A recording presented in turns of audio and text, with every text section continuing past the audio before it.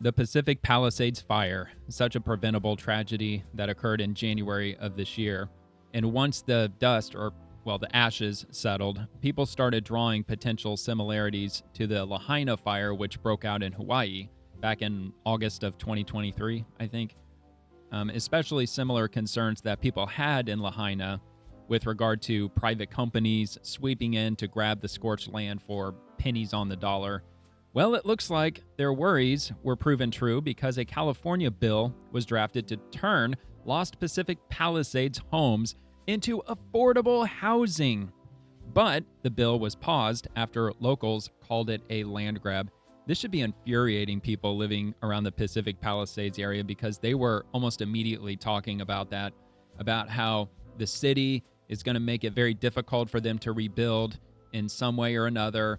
And then they're going to offer them some out, which would be significantly less than what their original property value was, because now there's no house there. And it looks like that's basically what they were looking to do. And the time frame as to when they drafted this bill is even more infuriating, which I'll get to here in a minute. So just getting into the article itself, California bill to turn Lost Pacific Palisades homes into affordable housing, but it has been paused after locals called it a land grab. When devastating wildfires swept through California earlier this year, many buildings were destroyed beyond repair. In fact, the Eaton and Palisades fires alone destroyed 40,000 acres of properties and 6,800 buildings that were damaged in the Palisades fire, affecting the Santa Monica Mountains. And look, this all could have been prevented if only there were water in the fire hydrants, if only that reservoir up at the top of that mountain, or whatever you want to call it, had it had water, it would have been completely different, or at least some people claim that it would have had a very different outcome, and I'm sure it would have had a very different outcome if they just simply had water. But of course, the policymakers and the politicians who live in LA, they do what they do best, and that's mucking up everything they get their hands on. So anyway, now the rebuilding process is leading to some conflict. Specifically, many residents of Pacific Palisades have recently expressed serious concerns about Senate Bill 549, which would create, quote, resilient rebuilding authorities, end quote, funded by the government through property tax collection. These concerns were recently raised in a Fox 11 LA news report.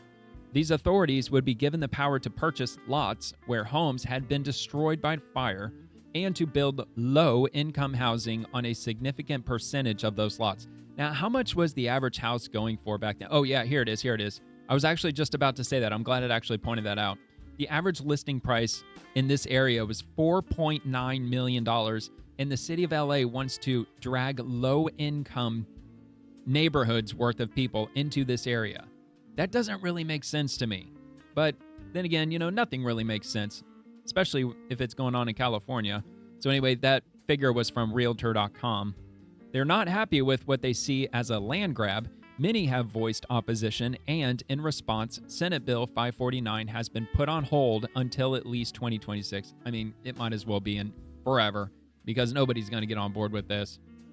So anyway, let's see. Let's move on down here. What would the California Affordable Housing Bill do? Senate Bill 549 explains that existing law gives the government the authority to establish an infrastructure financing district to finance public capital facilities or other specified projects of community-wide significance, and to allocate tax revenues to the district, including revenues derived from local sales and use taxes. Lawmakers now want to use this power to create resilient rebuilding authorities, which would use some of the money to buy lots in the Pacific Palisades and build homes for people with incomes between 60% and 30% of the median income, as well as homes that would be occupied by people with incomes below 30% of the area's median, and permanent supportive housing aimed at finding homes for the homeless. So they want to move homeless people into a neighborhood whose property values are basically at $5 million per property. That doesn't really make much sense to me. Now, what is it going to do for those property values if they move in a bunch of homeless, especially homeless? Forget low income. How about just homeless in general? If they open up even a small neighborhood, let's say if they build let's say 20 homes, that's going to drastically drop the value of the entire area, I would assume. Isn't that how real estate and property values work. If you move in a bunch of low-income individuals into an area, it tends to drop the value of the entire neighborhood.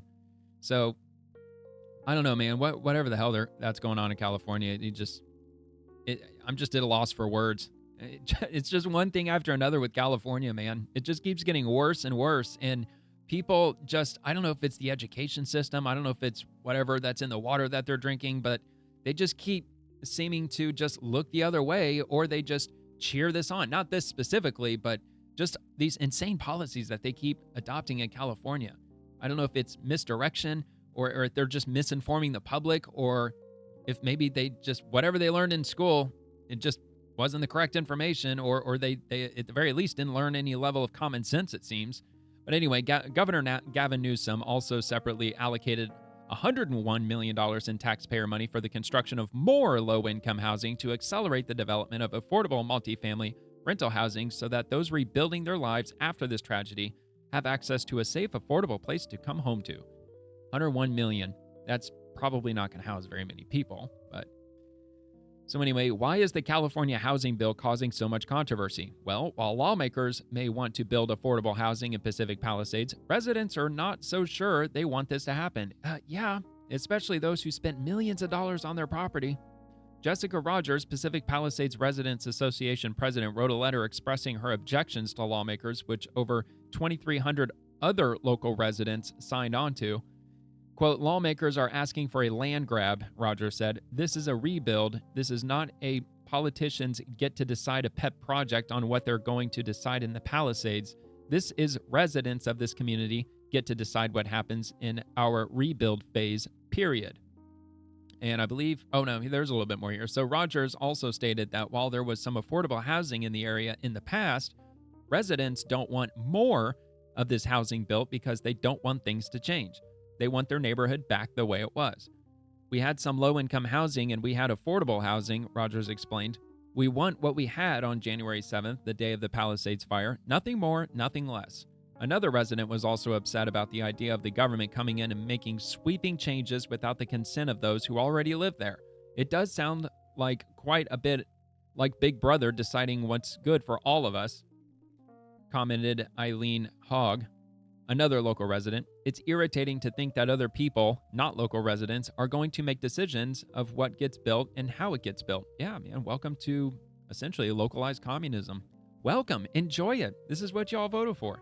Misinformation may have also played a role in stoking opposition, as the LA Times reported that Spencer Pratt, a reality TV star, had shared information on social media about his opposition to the bill, who claimed that the government was focused on dense reconstruction and wouldn't be abiding by local zoning rules. So what, they're basically going to try to jam like two houses into one lot, that kind of thing. Or maybe they might try to build vertically, the whole multi-family buildings. I'm sure that's probably what they're looking at, because they'll get more money out of that. The LA Times has also said that some of the other posts opposing the legislation were based on prejudiced views toward affordable housing and distrust of the government, as well as fears that the character of Pacific Palisades would change. Some even floated the conspiracy that the fires were set on purpose to replace the wealthy community with one where homes were more affordable. I mean, that kind of would potentially make a little bit of sense. I'm not saying that I buy into that conspiracy. I'm just saying that's probably not as far-fetched as you might otherwise believe. Regardless of whether the objections are based on conspiracy theories or fact, however, lawmakers have taken notice and the controversial bill has now been put on pause. I appreciate the input of the folks who have weighed in about the bill, and along with legislative colleagues have decided that it would be best for us to pause the bill until next year to give us more time to see if we can get it right. If they can get it right. I'm telling you, next year they're only going to make it worse. They're only going to add just more provisions, or they're going to add this slimy, slippery, greasy language in there just to confuse people, anybody who reads it, to make it sound like that, oh no, we're doing this for you. It's all for you.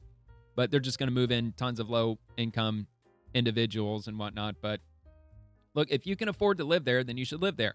If you make only 30% of the median income of that area, you can't afford to live there.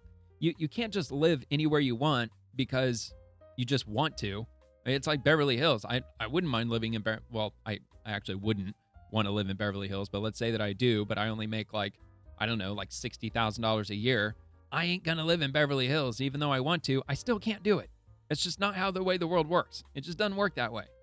You have to live wherever you can afford. And that's that. If you want to live in those areas, then you got to make more money. That's just how it is. I mean, all those people living in Pacific Palisades before the fire, they were obviously earning very good money, and they had to go through a series of life choices and very hard work to get to that point, only to have, tons and tons of acres worth of their neighborhood just handed over to somebody who didn't really work for anything, being whether if they're homeless or if they're just entry-level workers and they've been at the entry level for 10, 20, 30 years. It just doesn't sound all that fair to me, at least. So, but anyway, so State Senator Ben Allen said in a recent statement, "For me to feel comfortable proceeding, the bill will have to be deeply grounded in community input, empowerment, and decision-making, including the support of the impacted council members." And that might actually, let's see here. Yeah, I think that's actually the article. Yeah, so that's it. So here, let me show you SB 549, and let me show you when this thing was first drafted. It's absolutely crazy. Look at this. This shit is crazy, dude. Like they were already thinking about this. See, this is where the thought of that conspiracy that it might have been set on purpose, because look at when they filed this. They introduced this by Senator Allen on February 20th of 2025. That was just barely a month after this happened. They were still, they hadn't even really started cleaning up the lots yet, I don't think. Didn't it take at least a month before the city finally gave them the green light to go in there and start cleaning up their own properties and start moving the debris out of the area?